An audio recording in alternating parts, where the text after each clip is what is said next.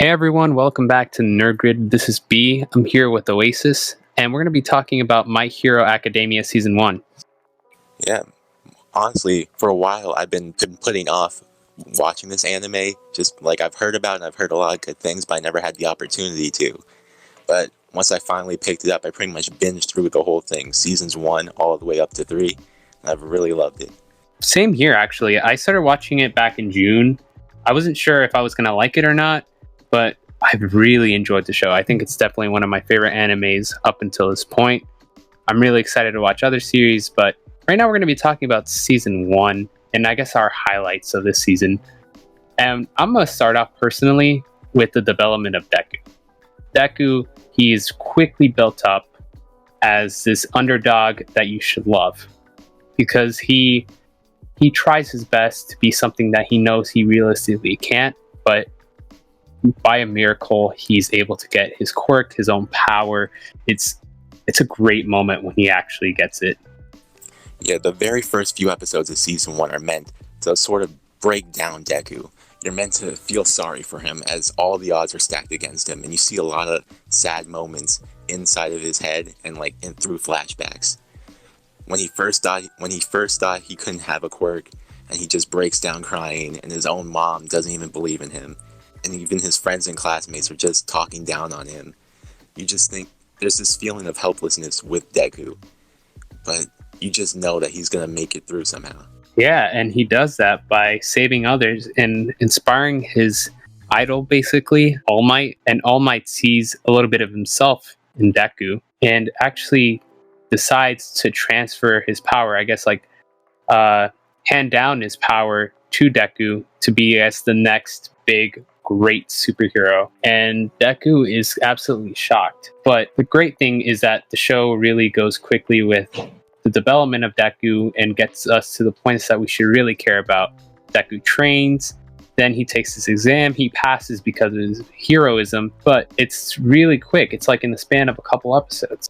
My Hero Academia sort of sets the tone of letting us know that things aren't going to drag out. They're going to get to the point and they're going to do it effectively.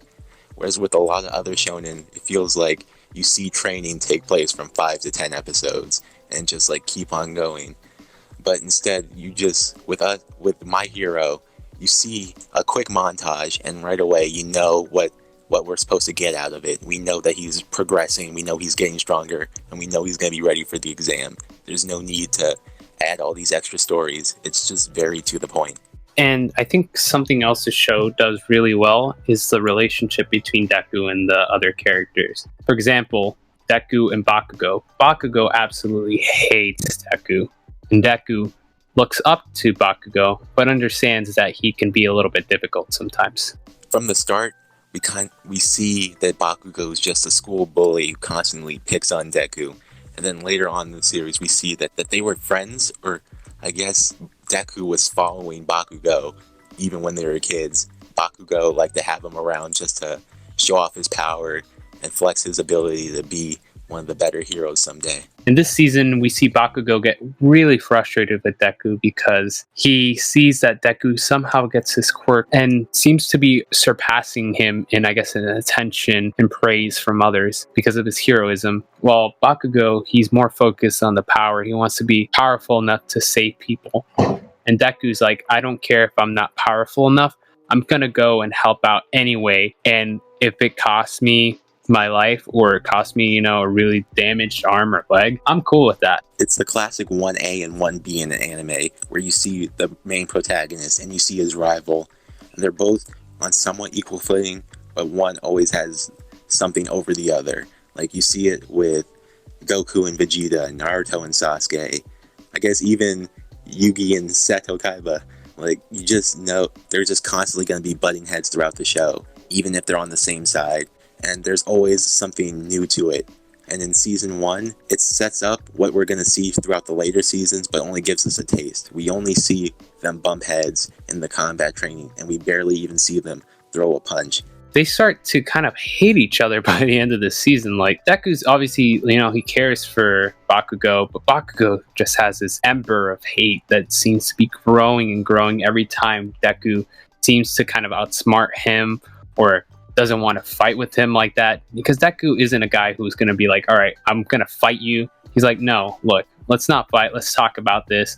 I really want to be friends with you. But that doesn't seem to be the case. And other characters that we meet kind of like notice this relationship. It's very obvious to those like All Might and their teacher, Mr. Aizawa. They all notice that Bakugo and Midoriya have this really complex relationship. Something unlike anything we've seen in anime. There's a lot of layers to it. And even all the way up to season 3, you still don't see everything that's going on between them.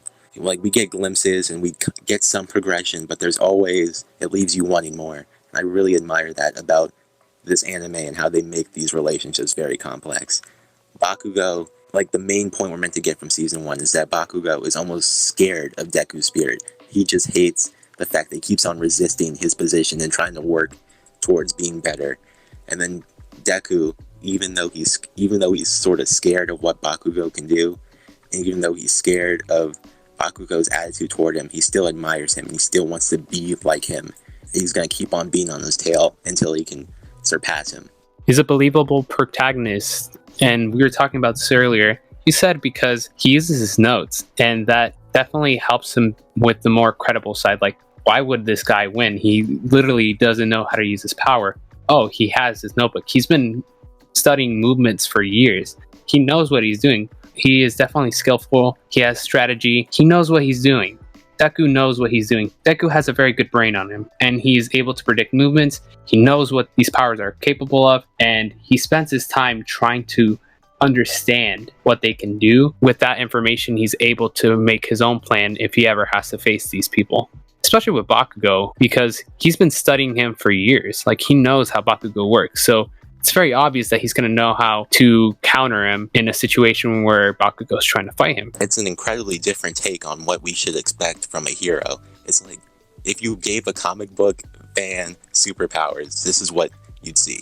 It's someone who just knows all the lore, he knows all the information, he constantly takes notes and is observant. Like, with a lot of other shonen, you see a very headstrong protagonist, or a protagonist who will just keep on punching something, or pull out some new move, and he wins. But with Deku, it's a lot of strategizing and seeing what's going on. You don't really see this in a lot of other anime. It's a very analytical, and it sort of rewards you for seeing different weak points for enemies and things like that. Let's go on to the characters. We're going to talk about the two main characters that we see around, Uraraka and Tenya. They're great characters. They're introduced a little bit. We don't see their interactions too much. All we know is that they become Deku's friends. Their motives aren't really gone on until next season, but do you have any quick thoughts about them? I think they make great friends. They really are a great group of people to have around Deku. I think at first I thought I wasn't really going to like Tenya. I thought it was just going to be another know-it-all character, someone's kind of grating. But you can see right away that quickly changes, and he's a lot more nice, and he's a lot more, I guess you could say, he cares a lot more than you'd think. You'd think he just kind of cares about himself, or he's very studious. But he really does look out for people, and he really does look out. He really does want to be a hero, and he really cares about honor and things of that nature. And as far as Uraraka, she's very likable. Like, there's not a lot you can really say besides that, I guess. I'd say her motive is really nice with wanting to help her family and all that. But I guess you can kind of say she's a bit one note at times. At least in the beginning, she's more of like a love interest for Deku, and that's it. Obviously, it gets a little bit more complicated as time goes on, but at least at this point, she seems like a nice girl. Deku likes her, and that's what we have for her. And Tenya seems like obviously the studious student, and he becomes into a great character himself. The end of the season was quite impactful because we moved from this serious tone. It was lighthearted seriousness. Then we got a little bit way more lighthearted, more comedic. We got introduced to the rest of the cast. And then we got into this very, very gray, dark tone where people are almost dying here. And there's a feeling of helplessness when villains basically invade the students while they're trying to do something in class, outside of class, but part of their class. So the students head out. They're doing something for their class. They're getting some training outside of the school. And this is the perfect opportunity for the villains to be introduced.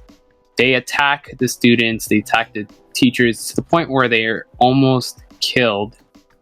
Their teacher, Mr. Aizawa, is left in a horrible state. They're helpless. They can only depend on one person, that is All Might. All Might is in a bad situation too. He's used up his power for most of the day, and he doesn't think that he could help too much, and didn't think it would be a big deal if he didn't show up to class like he was supposed to. It's a really good game of pretty much like survival up until All Might's arrival. It's just the kids trying to do their best to make sure that they can get through this. They're split up from the rest of the group, and it's groups of 2 or 3, just all trying to work together and taking on their respective enemies. And I think it's a really, really great point in seeing all the other characters get fleshed out, because up until then, it was pretty much like a high school orientation with us. We get to know them at like a base level. You see what they look like, we know their names, and we get a little glimpse of their quirks, but like you don't really have a lot of time to take down notes of who everyone is or really get that invested in them. Whereas with this part, everyone gets their own scene, doing what they can to help each other, and we can see what their quirks can do in action against an enemy. Yeah, and it highlights them perfectly up until the point even All Might comes in. Like, All Might struggles with these villains, and it shows how much of a gap there is going to be between these students and these villains, because these students have to work up not only up to the level of All Might, but also up to the level of these villains who seem to even counter All Might at some times. And at the end of the day, All Might is able to protect everyone, but he's left at a point where he can't fight, and he still has a fight with the main villain of the series, Shigaraki, who is a puppet master, like you were saying, Oasis, before this recording. Imagine the strength this guy has to have to not be really involved in the fights. We don't really know a lot about Shigaraki. We know that his touch is one of the more deadly things in the series. Like, we saw a taste of what he could do with how he was able to sort of neutralize Aizawa for a bit before he left it up to the Nomu. And I think he's one of the more interesting villains I've seen in the shonen, from like how he looks to the way he carries himself. So Shigaraki sort of plants the seeds for what the League of Villains will later become. Like, for what we saw, it was more just a bunch of 2-bit thugs and then the Nomu. But you can tell that he's going to be bringing in the big guns later on. The Nomu, for what it was a great first enemy. It was like an incredible fight to show off what All Might can do, his tenacity, and establish the gap between him and the kids in terms of his power and like just what it takes to be a hero. You can see the kids on the sidelines just cheering him on and just being in awe of how All Might is able to defeat the Nomu. Season 1 is summed up in that fight. It's pretty much setting the stage for what Season 2 and 3 will be, and that's the kids chasing the dragon, chasing the shadow that All Might's sort of putting them behind. Even though the heroes managed to beat the villains, Shigaraki leaves because he realizes more heroes are on their way, and he knows he can't defeat them.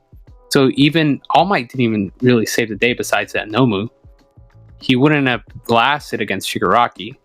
So we're left in this kind of weird, bittersweet ending for the season. Like, Deku realizes that All Might doesn't have much left in him, and that he's going to have to step up sooner or later. It's all very bittersweet, but at the same time, it's also still pretty nice, because All Might knows that eventually he's going to be in good hands, and the world's going to be in good hands with what these kids can do.